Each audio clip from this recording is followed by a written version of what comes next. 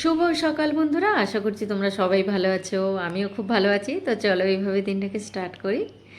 সকাল সকাল আমি ব্যালকনিতে চলে এসেছি পাখিদের খেতে দিতে। তো এখানে অনেক কিছু কাজ থাকে, যেমন ওদের বাটিগুলো বার করে পরিষ্কার করে নিতে হয়, ছোলাটাকে ভালো করে কচলিয়ে একদম পরিষ্কার করে নিতে হয়, কারণ ছোলায় গন্ধ থাকলে ওরা কিছুতেই খেতে চায় না। তো ইদানিং একটা ওদের এত বাজে স্বভাব হয়েছে যে আমি খেতে দেওয়ার পরে জাস্ট 5 মিনিট লাগবে না, ওদের জল খাওয়া হয়ে গেলে না টুক করে ঠোঁট দিয়ে উল্টে দেয়। এইরকমই একটা বদমাইশি বুদ্ধি। এই যে গ্রে কালার এই যে ককটেলটা ভীষণ বদমাস। আর কিউট, ওর সঙ্গে সঙ্গে ভীষণ কিউট, মানে এর মতো কিউট আর কোনো পাখির মধ্যে দেখি না, এক মিষ্টির মধ্যে আছে। তো যাই হোক, আর দিনকে দিন তো একটা করে ডিম দিয়েই যাচ্ছে।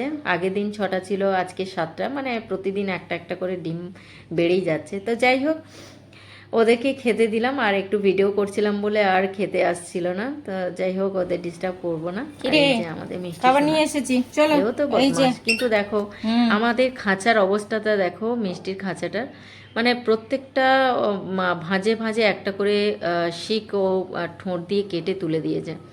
কিন্তু একটা অদ্ভুত জিনিস কি জানো, ও কিন্তু এই ফাঁক দিয়ে বেরোতে পারে অনায়াসে, কিন্তু ও বেরোয় না।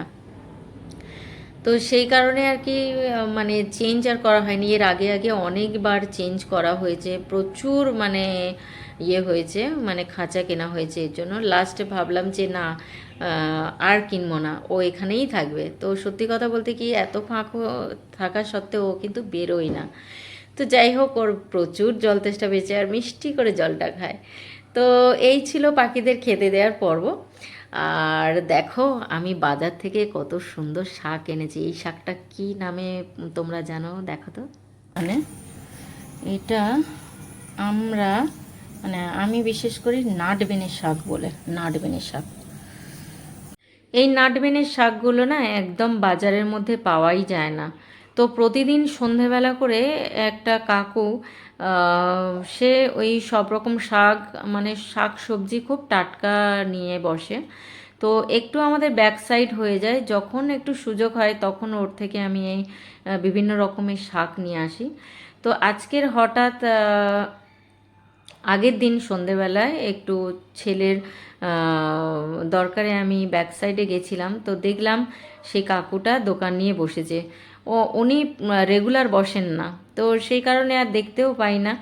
তো আগের দিন সন্ধেবেলা যখন পেয়ে গেছি, এই সুযোগটা কেন হাতছাড়া করি। আর বিশেষ করে সেখানে মূলো শাক থেকে আরম্ভ করে কি বলবো ওটাকে, কড়াই শাক, বিভিন্ন রকমের শাক আছে, ব্রাহ্মী শাক থেকে আরম্ভ করে সব রকম শাক আছে। তো সেই শাকগুলোর নাম আমি জানি না, কিন্তু এই শাকটা আমাদের গ্রামের বাড়িতে প্রচুর রাস্তাঘাটে, খালি জমিতে হয়ে থাকে না। তো এখন আর অনেক বছর আর পাই না বাজারের মধ্যেখানে।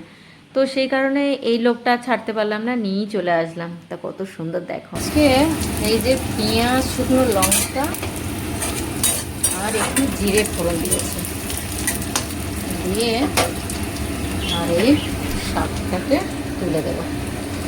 শাকটা একটুখানি হয়ে যাবে।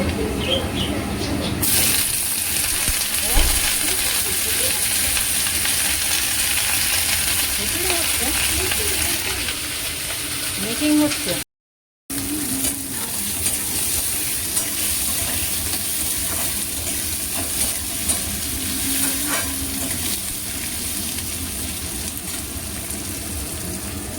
তো শাক ভাজা হয়ে যাওয়ার পরে আমি এই যে আলুটা একটু হাফ বয়েল করে নিয়েছি আর সয়াবিনটাকে গরম জলে ভিজিয়েছি। শাক ভাজা তো হয়েই গেছে।